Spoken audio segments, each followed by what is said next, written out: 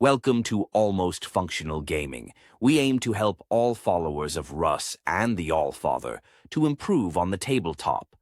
List building, tournament recaps, unit reviews, weekly council of the Fang, and other tips to help us all go from almost functional to fully functional. Please like, share, and subscribe. Also, check out our merch store and Almost Functional score tracker on Amazon. What's up, guys? Welcome back to Almost Functional 40K.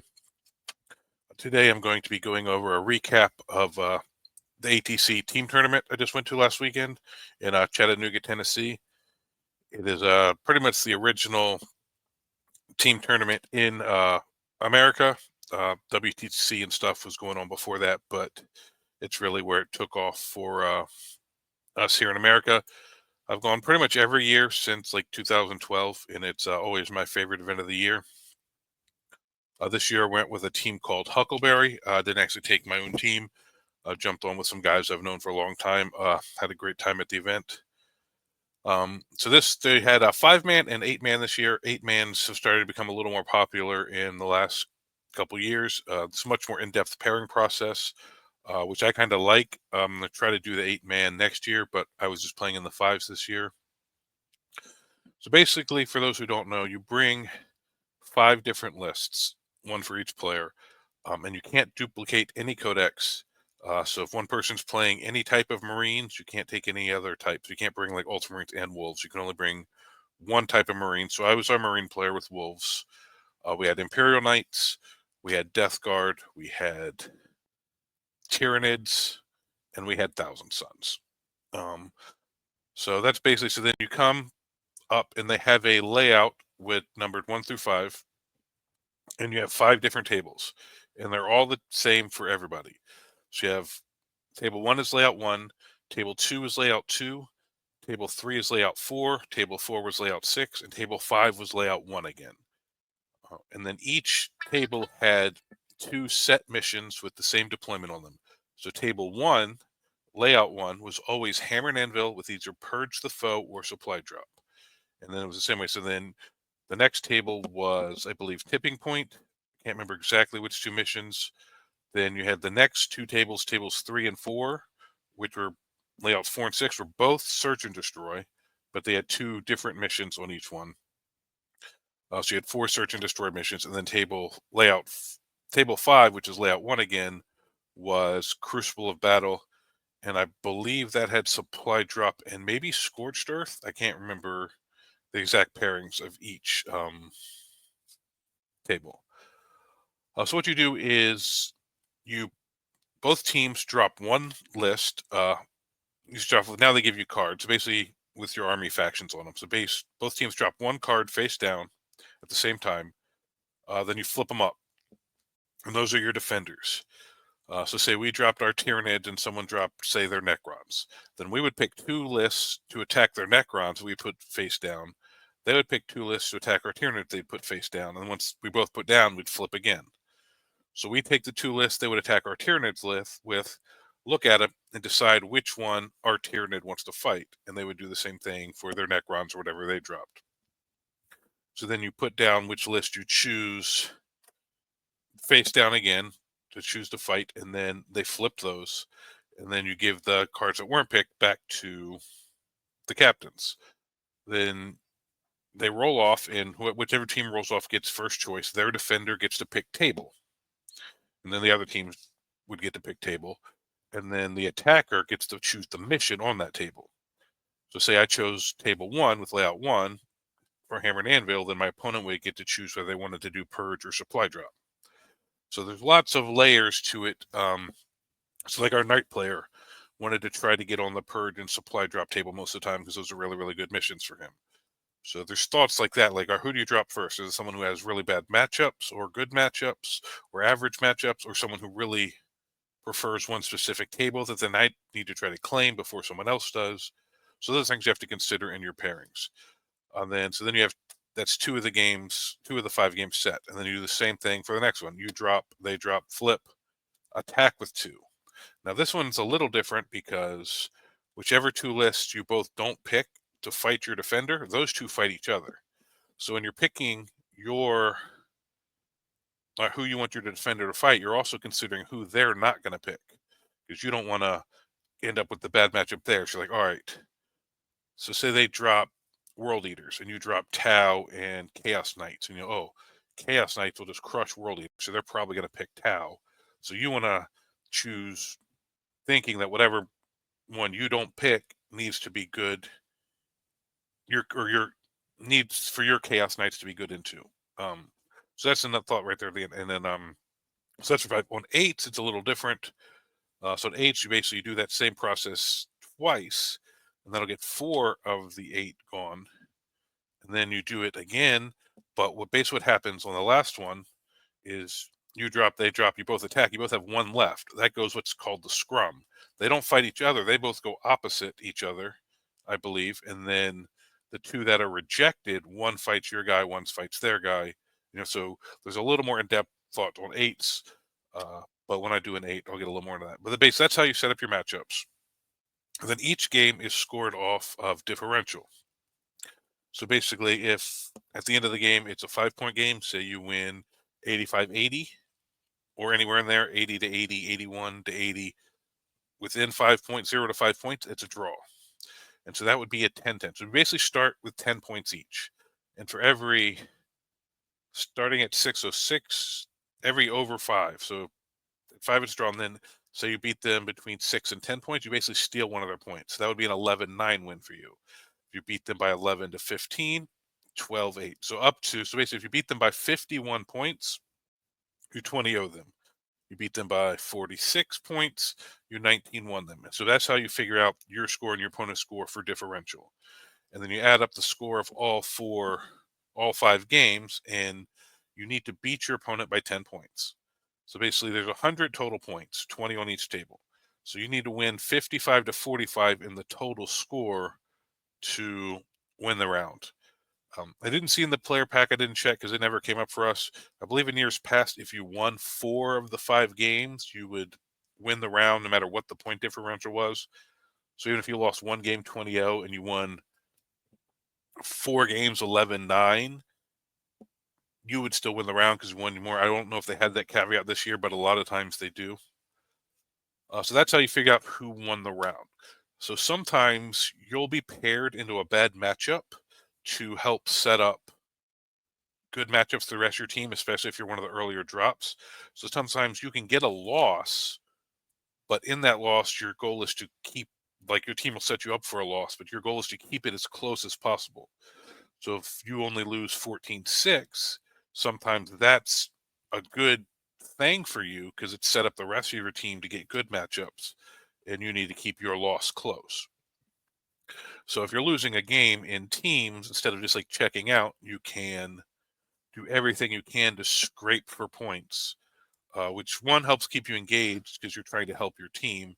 So you're not just checking out in a game you know you lost. You're like, all right, how can I keep this differential down? Which is a thing I really like about teams. So even if you're losing, you don't necessarily know what's going on with the other team, rest of your team while you're on your table. So you're fighting for every point you can to keep it as close as possible, even if it's going badly. And I'll get into some more of that as we go through some of my games.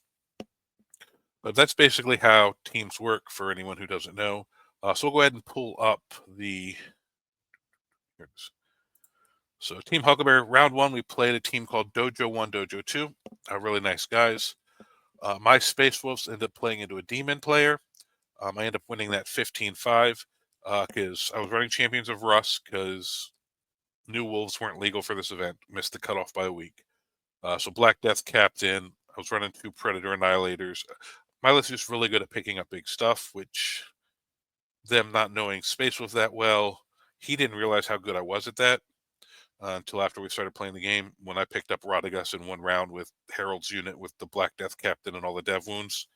I think I did a couple wounds to him with some shooting before, but they pretty much picked him up by themselves, which was real shocking to the Demon player. Our Tyranids ended up at 20-0 in Eldari.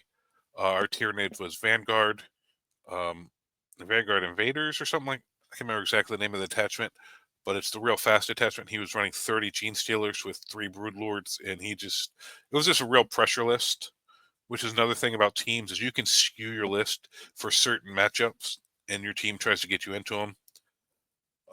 Then our Knights played their Death Guard, got a 10-10 draw, which was amazing. This is Death Guard is one of the best out there right now, and so are Knights. So we had our Knight take this hard matchup to set up some of our other matchups to be easier. Our Thousand Sons beat their Blood Angels 16-4, and then our Necrons lost, or our Death Guard lost their Necrons 11-9 though. So he kept it really, really close, which is a good thing to do in a loss like that. So we ended up winning this round 70-30, which is a pretty solid win. Anything in the high 50s to 60s is kind of an average win. When you start pushing to the 70s, that's a really, really good win normally. So yeah, in this demon game, here I'll pull up his list real quick. He was running Incursion. He had Be'lakor, 2 Great Unclean Ones, Rodigus, and Scarbrand. There was this game I was supposed to keep this to a draw because no one else wanted to fight this. The reason it flipped into a win wasn't like any great plays or anything like that. He dropped Scarbrand in for a 6-inch charge into my Predator in my backfield, which is something demons can do in that detachment. Well, in a lot of their attachments, just because of their shadows thing. But he had a Great Unclean One set up with like a 6 or 7-inch charge onto an objective where I just had, it was either scouts or infiltrators, I can't remember exactly, but to take that objective from me to deny me a primary. And he failed that charge and had to re-roll it. And so he ended up making that one, but then he failed the 6-inch for Scarbrand and didn't have the CP to re-roll it. So Scarbrand makes that charge into my Predator. He's able to start coming around my flank, and it's probably close to a draw, maybe a minor win for him, which is what we were planning for in the pairings, which would have been fine. That probably drops us down to more of a mid or high 50s, around 60-point win, which is what we were aiming for. But when he failed that, the Predator was still alive and a Ballista, so I was able to pick Scarbrand up. So that left me more assets alive to help kill big stuff, and he lost a major key asset. And so once that happened, I realized, I can probably turn this into a win, which I was able to do, which was great, just in case one of our other matchups had gone kind of south. This going really, really above average, above what we expected for me, would have balanced that out. But everything else kind of went the way we were hoping, so it actually ended up being a really, really solid team win. Round 2, we played into Moo Crew. This team ended up winning the whole event. Something really, really weird happened here in our pairings. The goal was to drop me first because I had the least bad matchup, so I could try to suck out one of the matchups one of the other players needed to avoid. Our captain, unfortunately, love Chris. This is just a weird thing that happened. He thought he dropped me down, and when they flipped over, he had dropped our Knight player. So that threw off the whole matrix we had made for pairing this round. And so that made it really, really, so we were fighting uphill to start with. So we ended up with our Tyranids into Tau, which was one of the things we needed to avoid. Our Knights into Space Marines, which we ended up getting a draw to that, which we were hoping this would have been me in the drop, and I could have taken one of these lists that was a problem and got it out of the way. I ended up in a Death Guard, 14-6 loss. He had 15 Death Shrouds, which isn't great for me. That was something we were trying to avoid for me with the drop, because I could have picked basically anything else and taken it off the table. Our Thousand Sons ended up in a Votan, and our Death Guard ended up in the Knights. So we ended up with 4 losses and a draw because our pairing was completely screwed up by accidentally dropping the Knights. And this is the team that won the whole event. I think we paired pretty well with them. I think we would have been close to a draw, if not a win, if we'd been able to pair it the way we were hoping. But getting a loss into the team that won the whole thing, I'm not super ashamed of that, especially with the way things went with the pairings. So into this Death Guard game, Death Guard are really, really tough. I fought everything I could to shave every point I could here, but we were fighting down from the get-go. Then we'll go to round 3. So that was day one. This is day two. Was 3 rounds, 2 rounds day one, 3 rounds day two. We ended up playing a team called Critical Misfits, 62-38. This is another solid win. We got our knights into Chaos Space Marines. We got their knights into our Tyranids, which we threw our Tyranids kind of out and made him take this loss to set other stuff up. So thank you to Chris Palmer for being a good sport and getting us some points in that matchup. Our Thousand Sons beat their Death Guard. I beat their Orcs pretty handily, and then our Death Guard beat their Marines. So we actually won 4 of the 5 games by sacrificing our Tyranids to a loss. And then we had enough points where it was another solid win. So yeah, sometimes you have to eat this loss for your team, but if they pull out do their job, it's worth it, and you're not as upset. You're like, oh, I lost the round, but no, we won the round, because you're thinking more as a team than individuals. And this orc, she had 60 boys, and I don't know if they just didn't realize how well Thunderwolf units with having so many attacks can pick up that many boys. Like, they're a pressure swarm the board list, but I counter that very, very well. They weren't a super heavy shooting heavy orc list, so this actually went really, really well for me. And then round 2 of day 1, we played into Georgia Warlords, which they had a team in 8s as well, which a good friend of mine, Cameron, is kind of like the captain of, and Nick Herding, who you've seen on the channel, he played with them on their 8s. So in this, we ended up getting our Tyranids into their sisters. They dropped their sisters first, and we attacked it with 2 lists that were really, really good into it, and they picked the Nids. Their sisters player thought he was good into Nids, but this is it's not your normal Nids, so they didn't really take that into account, they don't believe, so we were able to get a big win there. We got the Knight matchup. Our Knights were a little better into the mirror than theirs, so we were really happy to do that. Same thing, our Death Guard and a Dare Death Guard, figuring a 10-10. Dan got us 11 instead of 10. Great. Chris crushed Asher Militarum, and then I took the Chaos Knights. I was hoping to fight to around a 10, ended up pulling a 12. So this, was great. Chris did his job getting us a major win. John got us a really good win in a mirror match. Dan got us a minor win in a mirror match. Thousand Sons got a high score, and then I scored a little better than we were projecting here. So we were relevant, because our goal, you plan the round for trying to get around 56 to 58 points. Like, you can't really count for more than that against another good team in pairing. So every time you pop a little higher than that, like this was 73. This was our best win, I think, of the event. So this was a really, really good round for us.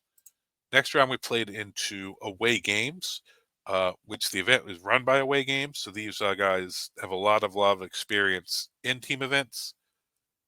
So their Blood Angels lost to our Knights 12-8. I lost to their Death Guard 20-0. I'll just get this out there. This round and round 6, I had some of the worst dice I've ever had in my life. The last game, there were some things I could have done differently to maybe try to keep it closer, but this one, everything I did failed. I set up a charge into his line that would have tied up all his tanks with my anti-tank unit, picked up some on Logan's go reroll turn, and I failed like a 6-inch charge twice. And then I'm just standing in front of his whole army, and he just picked up 2 Thunderwolf squads, and the game was over. And then I just couldn't make 4-ups to save my life. Like, even standing in front of his army, eating it all, he should normally kill only one and maybe part of another. He was able to pick up everything, because I could not make saves to simulate. I couldn't do damage. I couldn't make charges. I couldn't make saves. It was just brutal. Then our Death Guard managed to get a minor win in the Guard. Our Thousand Sons got a minor win in there. Our Tyranids got crushed. So this should have been closer to a 10, which would have taken them down to 52 and us up to 48, which would have been a draw, which would have been great into this team. So just even close to average dice, we probably draw this round. But unfortunately, that did not happen. And then going into the last round, we played into the Fats and the Furious. They actually stayed in the same hotel as us. So we were talking to them the night before.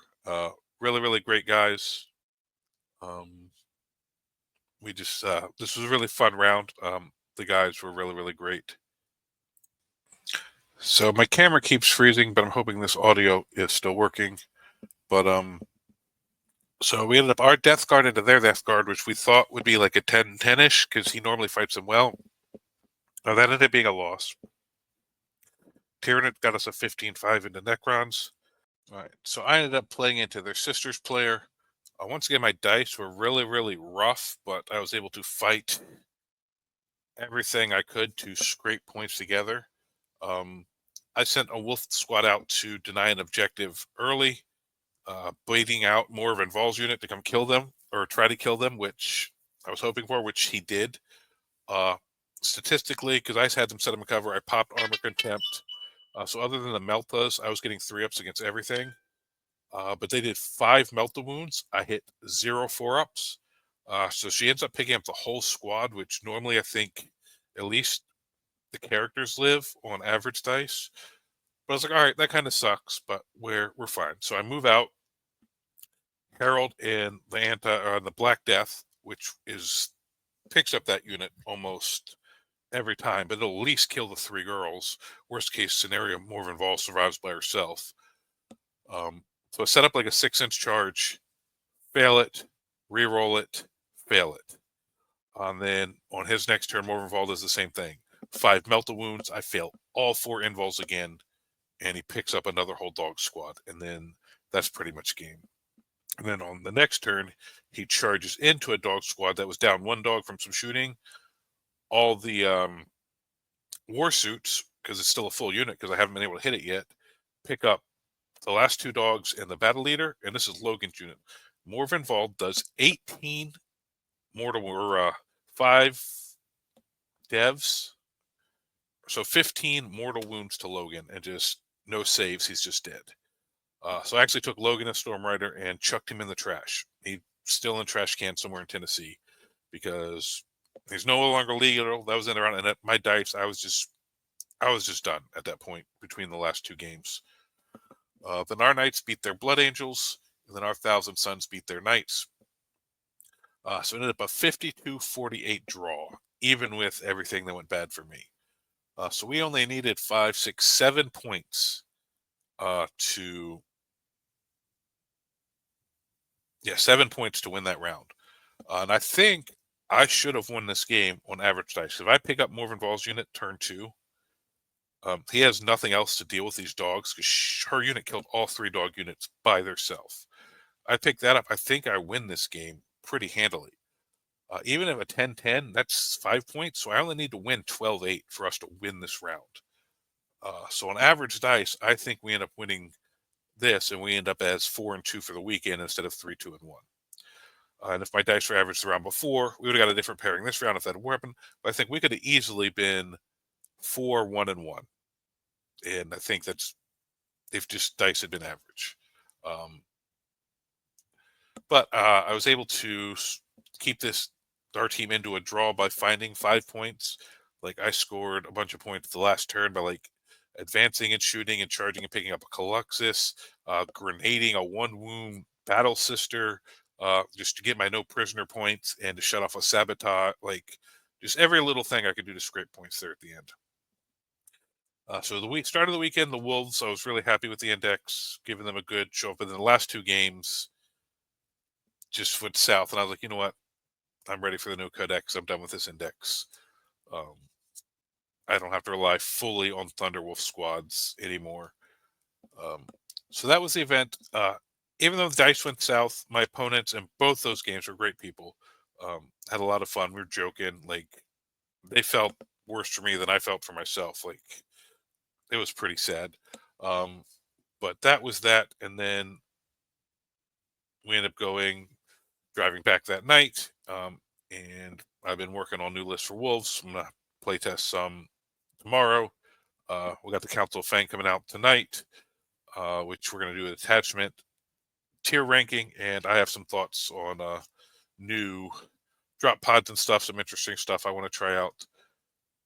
But that's it. That was my last run with Index Wolves, last run with Champions of Russ, last run of the Thunderwolf characters. But thank you guys for watching, and we'll catch you next time. Thank you for watching Almost Functional Gaming. We appreciate the support of all followers of Russ and the Allfather. Please like, share, and subscribe. Also, check out our merch store and almost functional score tracker on Amazon. Everything helps support the growth of this channel, and we appreciate it.